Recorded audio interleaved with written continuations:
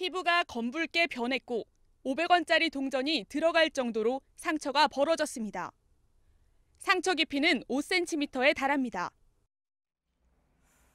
네, 서울 강남의 이비인후과에서 감기 주사를 맞은 환자 41명의 피부가 괴사됐다는 소식 이틀 연속 전해드렸습니다.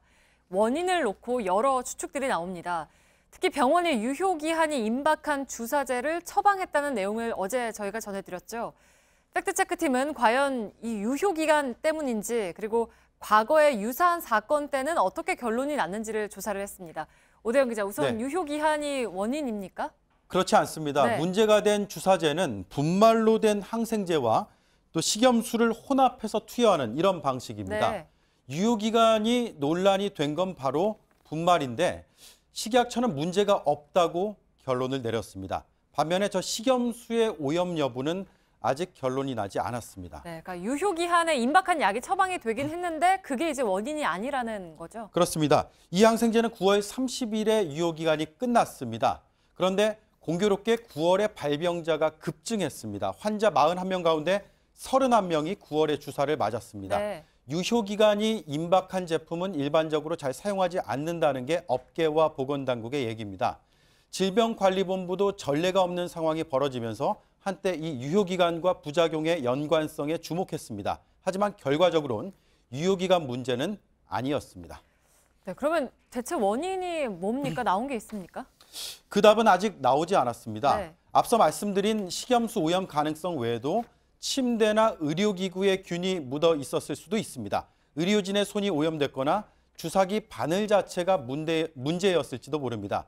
질병관리본부의 결론은 2개월 뒤쯤에 나오게 됩니다. 네, 그러면 과연 어떤 세균이길래 이렇게 괴사까지 일어나는 건가요? 피해자 41명이 감염된 건 비결핵 항상균입니다. 이 균은 150종이 있습니다. 그중에 하나를 확대하면 바로 이런 모습입니다. 보통 물이나 토양 속에 존재하는데 폐질환을 일으킬 수도 있고 피부에 침투하면 괴사와 고름이 생길 수 있습니다. 네, 근데 이제 팩트체크팀이 과거에 이제 비슷한 사례들을 모두 조사했다고 들었는데 취재 결과가 어땠습니까? 과거에 3차례의 집단 발병이 있었습니다.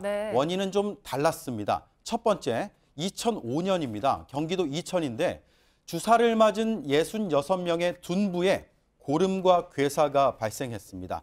항생제와 혼합한 식염수가 문제였습니다. 식염수를 개봉하고 오래 방치해서 세균이 번식한 결과입니다. 네, 그러니까 12년 전에도 비슷한 문제가 있었던 건데 두 번째 사례도 좀 볼까요? 네, 두 번째는 2008년에 경기도 안산 사례입니다. 이때는 한의원에서 침을 맞은 104명에게 피부가 굳고 고름이 나오는 증상이 일어났습니다. 원인은 침대와 물리치료기 등이었습니다. 여기에 있던 세균이 주사 과정에서 옮겨져서 몸속으로 들어왔습니다. 네, 그러니까 한 번은 식염수 때문이었고 그 다음은 환경 문제였는데 이렇게 두 가지가 원인이 좀 다르군요. 네, 그렇습니다. 마지막은 2012년 서울 영등포 사례입니다.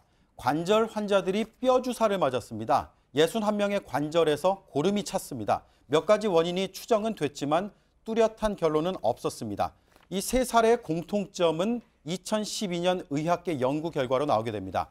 우리나라에서 발생한 사례는 모두 의료기관에서 시행되는 침습적 처치나 시술과 연관이 있다. 그러니까 주사 시술이라는 점입니다. 현재 의료법은 비교적 잘 갖춰져 있다는 평가를 받고 있습니다. 그런데 이걸 과연 잘 지키는지 세밀한 관리 감독이 필요해 보입니다. 네, 이제 결론이 2달 뒤에 나온다고 하니까요. 좀 기다려보죠.